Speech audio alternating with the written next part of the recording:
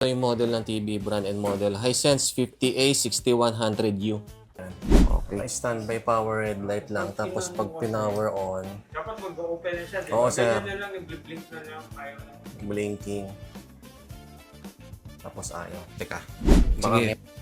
Ayan o. Ay, ito pala, naka-on pa eh. Hisense. Ayan o, Hisense. Kaso, ba't ganon? Ayun. Ayun, paulit-ulit na lang, sir. Ayan o. Makikita mo may nakasulat. Hisense. Ayan o, logo niya yan eh. Hisense. Ayan o. Tapos mawawala. Magkakaroon. Ayan na naman, Hisense. Mawawala. Kakaroon. Posible nga, sir, backlight ito. Ito yung laman ng TV. Maganda pagkakagawa. 6 years na daw po ito, sabi ni sir. CHOT yung panel, pero mukhang matibay na panel naman to kahit CHOT. Ito, tetestingin na natin yung backlight. Suspect ko sira nito, backlight eh.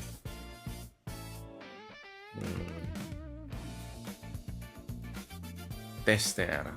Wala. Baligta rin. Maka-reverse yung polarity. Wala pa rin. Backlight nga, sir. Backlight ang sira nito.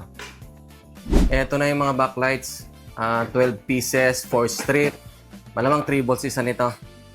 So, may pundi dito. Kaya tingnan natin kung ano yung pundi dito. Pero, nevertheless, papalitan naman natin lahat to. Okay, testingin natin yung mga backlight strips niya. Kung saan banda yung pundi. Pero kahit ano pa man, papalitan naman natin lahat. Buo. Buo. Ayun, wala.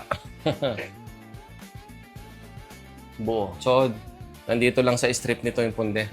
Pero huwag na natin hanapin, papalitan din naman lahat. Okay? Sige. Yan, finally, dumating na rin yung backlights na in-order natin sa parcel. Pinalalambo pa natin. Ito yung mga lumang backlights. Papalitan na to. So, original na backlights ang ipapalit natin. Hindi yung tulad ng iba na factory cut. Ito, original cut ito. So, ilalatag na lang to. So, mas mabilis, mas matibay, at mas okay. So, latag na natin. Okay? Okay, testing na natin yung nilagay natin backlights. Brand new ito. Okay. Baba. Ay, hindi ko pa pala tinaasan. Kaya hindi masyado maliwanag. Yun. Okay na uli. Goods na. Assemble time. Sige. At ayun. Okay na. Pwede na uli. Palitan na natin lahat ng backlights. Successful na naman. Pwede na. Time check.